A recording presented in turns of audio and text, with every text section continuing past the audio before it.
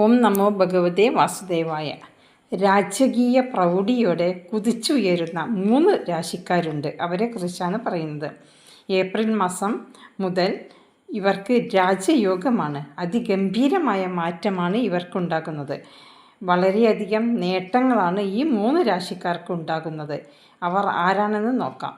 ഒന്ന് മേടം രാശി. പല വിധത്തിലുള്ള നേട്ടങ്ങളും ഇവർക്കുണ്ടാകുന്നതാണ്.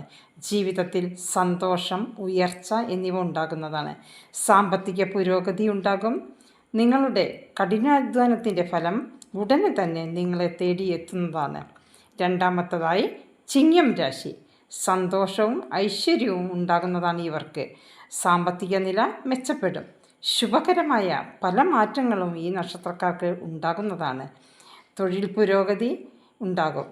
നിങ്ങളുടെ സ്വപ്നങ്ങളെല്ലാം പൂവണിയുന്ന ഒരു കാലഘട്ടമാണ് ഇനി വരാൻ പോകുന്നത്. അടുത്തതായി ധനുരാശി. ഇവർക്ക് വളരെയധികം ഉയർച്ചയാണ് വരുന്നത്. തൊഴിൽപരമായ പുരോഗതി, സാമ്പത്തിക ലാഭം, വിദ്യാഭ്യാസ പുരോഗതി എന്നിവ എല്ലാം ഉണ്ടാകുന്നതാണ്. എല്ലാ കാര്യങ്ങളിലും ശുഭകരമായ മാറ്റമാണ് ഉണ്ടാകുന്നത്. ഗ്രഹത്തിൽ സമാധാനം, സന്തോഷം എന്നിവ ഉണ്ടാകും. മംഗളകർമ്മങ്ങൾ നടക്കാനുള്ള സമയമുണ്ട്. എല്ലാ കാര്യത്തിലും ഇവർക്ക് വളരെയധികം പുരോഗതിയാണ് ഈ 3 രാശിക്കാർക്കുമുള്ളത്.